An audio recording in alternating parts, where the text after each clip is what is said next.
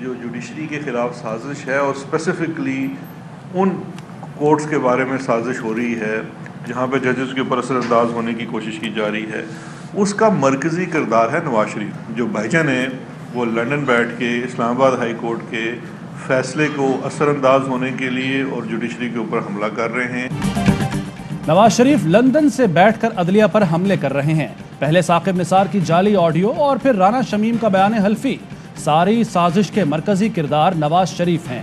مشیر احتساب شہزاد اکبر کی پریس کانفرنس، کہا شریف ڈاکٹرائن کا وقت گزر چکا، جمہوری ریاست میں قانون کے مطابق کام کرنا پڑتا ہے، ہم نظام کو بہتر کرنے کے لیے بھی کچھ ترامیم لا رہے ہیں۔ کچھ مخالف قوتیں اسپوائلرز کا کردار ادا کر رہی ہیں، وہ نہیں چاہتی پاکستان میں معاشی استحکام ہو، ہمیں گھبرانا نہیں، ان عناصر کا تدارک کرنا ہے۔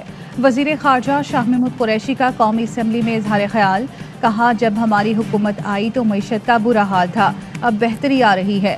شاہ محمود کی تقریر کے دوران اپوزیشن کا شور شرابہ، اسپیکر نے حافظ حمداللہ کو جھاڑ پلا دی، کہا آپ نہیں بیٹھیں گے تو مجھے بٹھانا آتا ہے۔ وزیر خارجہ بولے ان لوگوں سے میری بات ہضم نہیں ہو رہی۔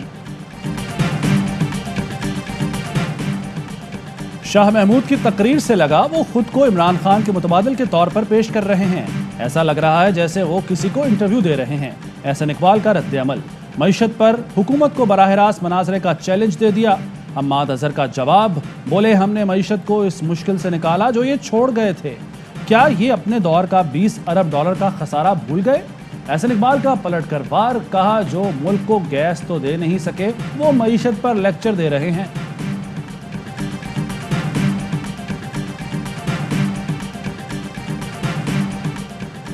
قائد حزب اختلاف اور درجنوں اراکین بدعنوانی کے سنگین جرائم میں ملوث ہیں۔ اپوزیشن لیڈر خود ضمانت پر ہوتے ہوئے ایک سزا یافتہ مجرم کے ضمانتی ہیں۔ وفاقی وزیر مواصلات مراد سعید کا اسپیکر قومی اسمبلی کو خط، فوری نوٹس لینے کی اپیل، کہا پارلیمان کی آڑ میں فرار کی سازشوں کے تدارک کے لیے فوری اقدام کریں۔ مراد سعید نے معمولی جرائم میں قید مجرموں کی تفصیلات بھی پیش کی۔ کراچی میں کورونا بے قابو، مثبت کیسوں کی شرح 45% سے زائد ہو گئی۔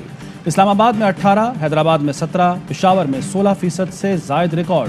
ملک بھر میں کورونا کے مزید 23 مریض انتقال کر گئے، 7678 نئے کیس رپورٹ، مثبت کیسز کی شرح 13% کے قریب پہنچ گئی۔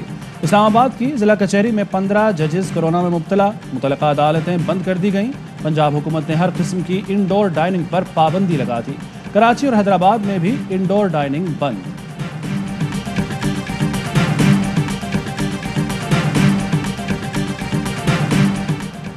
لاہور میں انارکلی دھماکے کی تحقیقات میں پیش رفت، مبینہ دہشت گردوں کی تصاویر بھی سامنے آ گئیں۔ دہشت گرد پان گلی جبکہ دونوں سہولت کار سرکولر روڈ سے آئے۔ دہشت گرد نے بیگ بینک کے سامنے رکھا۔ وزیر داخلہ شیخ رشید کہتے ہیں دہشت گردی کے واقعات کا جائزہ لے رہے ہیں، اس کے خاص مقاصد ہیں۔ کلدم ٹی ٹی پی سے مذاکرات ہو رہے تھے۔ افغان سرحد پر صرف 20 کلومیٹر اور ایران بارڈر پر 200 کلومیٹر باڑ رہ گئی ہے، جسے جلد مکمل کر لیں گے۔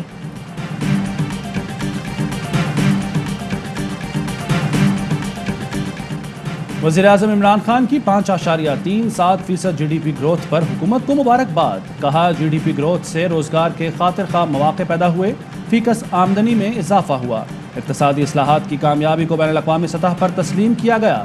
بلوم برگ کی پیشگوئی ہے پاکستان ترقی کی بلند رفتار اور روزگار کی سطح برقرار رکھے گا۔ کورونا کے بعد پاکستان نارملسی انڈیکس میں سر فہرست 3 ممالک میں شامل ہے۔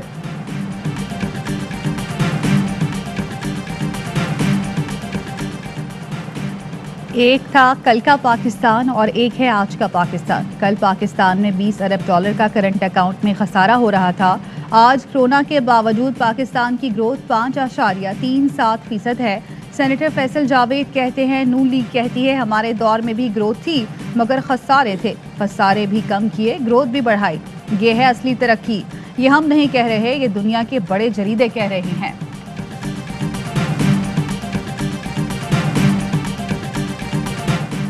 سندھ میں بلدیاتی قانون کے خلاف جماعت اسلامی کا دھرنا، 22 روز سے صوبائی اسمبلی کے سامنے احتجاج۔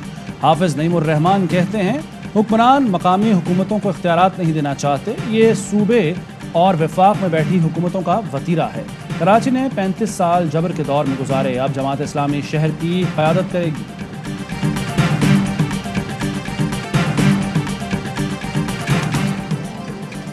اور پی ایس ایل سیزن 7 کی ٹرافی کی رونمائی، پی سی بی کے chief operating officer Salman Naseer نے ٹرافی کی رونمائی کی۔ کہا پی ایس ایل کے لیے بھرپور تیاریاں کر رہے ہیں، بیک اپ کے بعد مزید بیک اپ پلان بننا چکے ہیں۔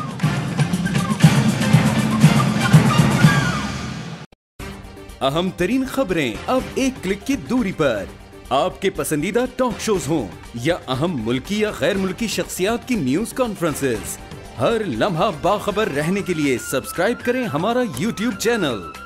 موسم کی صورتحال ہو یا کھیل کے میدان سے خبریں، اپنے موبائل فون سے ملکی اور بین الاقوامی اہم خبروں تک رسائی کے لیے ڈاؤن لوڈ کیجیے موبائل ایپ۔ باوثوق ذرائع سے مصدقہ خبروں، تجزیوں اور تبصروں سے مستفید ہونے کے لیے وزٹ کیجیے پاکستان کی سب سے بڑی نیوز ویب سائٹ www.arYnews.tv۔